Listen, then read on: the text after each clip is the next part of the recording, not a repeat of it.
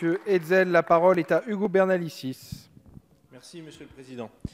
Bon, moi, je pense que l'essentiel était dit dans la modification de l'article 612-3, tel que vous le proposez, qui fait que la phrase qui était inscrite « Tout candidat est libre de s'inscrire dans l'établissement de son choix », à partir du moment où elle est supprimée, il n'y a plus de débat, c'est qu'il y a une sélection, enfin, fin de l'histoire, quoi. Bon, on peut tourner autour du pot, mais à partir de ce moment-là, vous mettez en place une forme de sélection avouée, inavouée, à demi-mot, comme vous souhaitez, mais c'est le cas.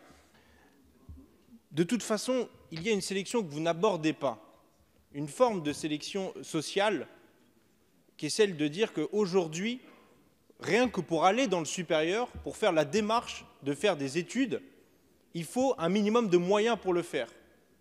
Et que même quand on est boursier, ce n'est pas aussi simple que ça. Et quand on n'est pas boursier, c'est assez compliqué. Parce qu'il faut des résidences universitaires, il n'y en a pas partout, et elles ne sont pas de qualité égale, j'y reviendrai après. Il faut, si vous n'avez pas assez de sous, trouver un emploi étudiant. Il n'y a pas forcément toujours des emplois étudiants à côté de chez vous.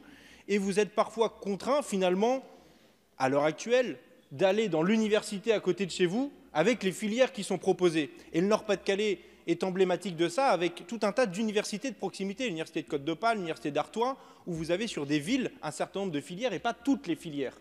Parce qu'entre Boulogne, entre Dunkerque, entre Calais, eh ben voilà, il faut pouvoir être mobile. Et c'est pas si facile que ça. Parce que vous avez dit tout à l'heure, Madame Bruniera, on le sait, améliorer la vie étudiante, c'est améliorer la réussite étudiante. Bien vu, mais je ne suis pas sûr que l'article 4 y suffise. C'est bien plus d'articles qu'il faudrait face à cela. Et enfin, Madame la Ministre, je me permets de vous reproposer mon invitation à venir en résidence universitaire. Parce que si on veut la réussite des étudiants, le premier point, c'est peut-être de pouvoir les accueillir dans un logement décent. Merci, et je souhaite avoir une réponse. Merci beaucoup.